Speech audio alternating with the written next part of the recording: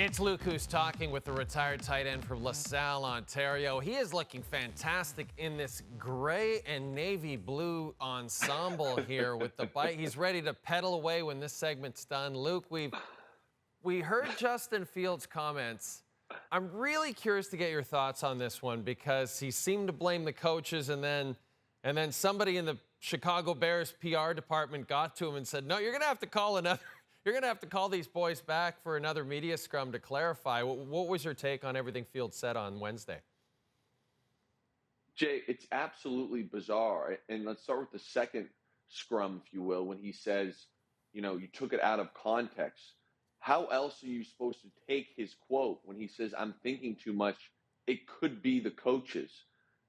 Very, very strange. And then the next thing that I get very worried if I'm a Bears fan is when he says, I'm just going to play my game. What is this game, Jay? I certainly don't know. Not in the NFL. I mean, we know what his game was in college. And then, again, there's just a lot of worry for me here. The next thing I'll add on to that is when he says, I'm thinking too much. The reality is, in this league, thinking a lot at the quarterback position is part of it. And you need to be able to play within, who's on the field? Who am I throwing to? Where are the matchups? What kind of defense is coming? What do I think they're going to call defensively? All of these things have to happen. And then you have pre-snap reads. That's why it's the highest paid position in the league, because it's the hardest position to play. I don't really know, where you go from here. Again, all I see with that interview is issues.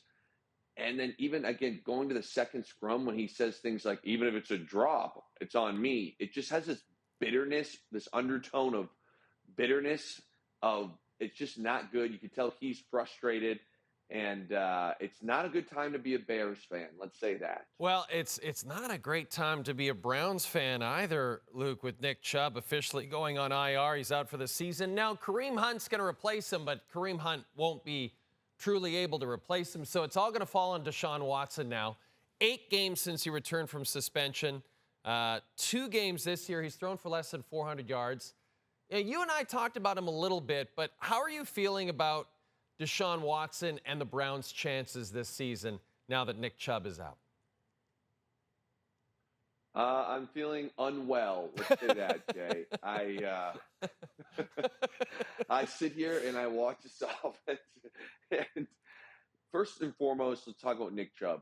You cannot replace a back like Nick Chubb. I'm not saying Kareem Hunt isn't good. I'm not saying everybody there won't be able to have good statistics. But Nick Chubb is a premier back in this league, and he is extremely, extremely good, especially after contact.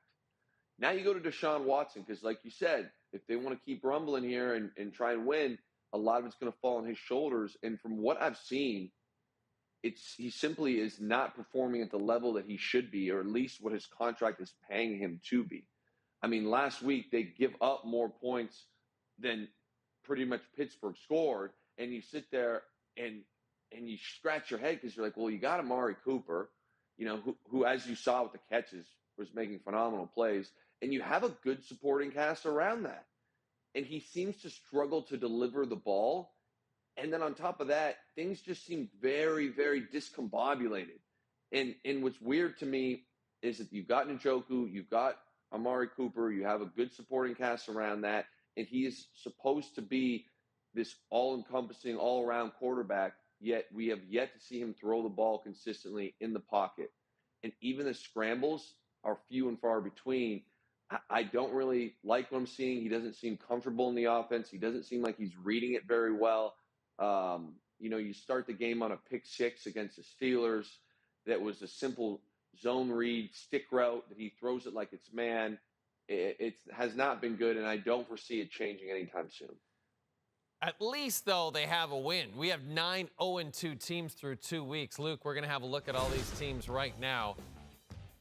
Which of these 9 teams, Luke, Patriots, Bengals, Texans, Chargers, Broncos, Vikings, Bears, Panthers, Cardinals, which of these 9 teams do you actually have confidence in that they might bounce back and actually make the postseason? Well, I think the obvious answer for everybody is the Bengals, but at this moment, that's actually not my call. My call is the Minnesota Vikings. Okay. And I know everyone, there's probably a lot of Vikings fans that are happy to hear that. But at the same point, you look at the loss against Tampa Bay and you're kind of scratching your head. How can you say that? Well, an even crazier comment out of me, the answer is Kirk Cousins. He has looked very, very good this year. He's thrown for 700 yards in 2 games. He had a couple interceptions week 1, which hurt. No turnovers the next week. They played the Eagles. The question mark with this team is the defense.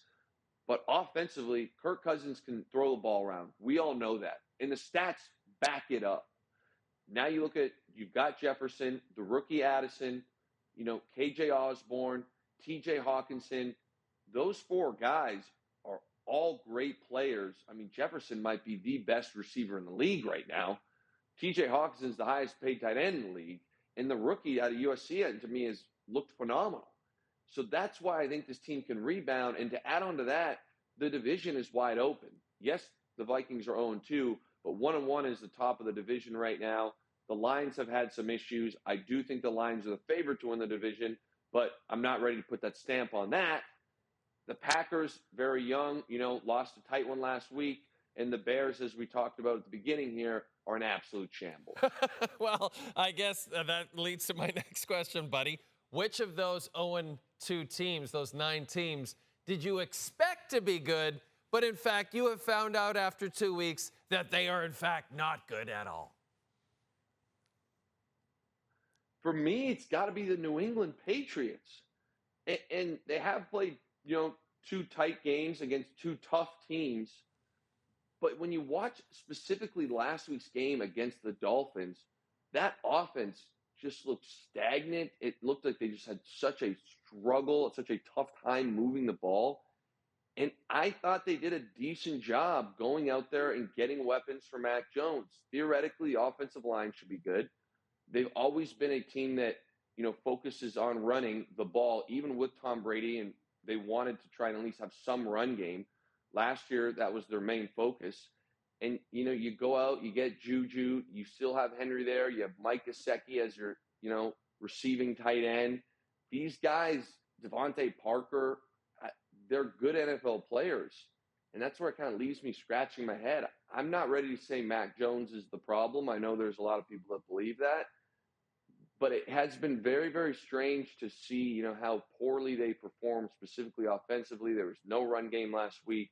Bad turnovers.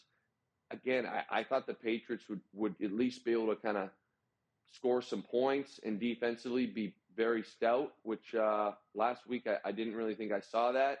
Again, they did hold Miami to 24, but I thought that was more Miami. It was self-inflicted wounds. And a tough division, as you have pointed out before. Finally, Luke, I have to ask you, you did bring up the Detroit Lions earlier. How's their fan base been treating you these days? I think the majority of Lions fans have actually come to terms with me, Jay. I think that last week maybe was a bit eye-opening. Maybe they jumped the gun week 1. Hey, what do I know? It's not like I played 100 games in the NFL. I just call like I see it. That being said, I think this week is a very big moment for the Detroit Lions and can really direct the rest of their season. They come out, establish this run game, throw the ball over the field, and then play good defense and get just a statement win. I think they're back in the driver's seat in the NFC North. I love it. I love hearing that. That's the positivity that comes from this guy, Luke Willson. And don't forget, after the Thursday Nighter, I'm going to show you the Thursday Nighter. Luke's going to join me. We got Niners. Man, the Niners look so good. 10.5-point favorites over the New York Football Giants. That'll be 7 Eastern on Thursday, and it'll be followed by an edition of our show, SportsCenter with Jay Onrait. We follow every primetime NFL game this season, and Luke will have some things to say about the Thursday night.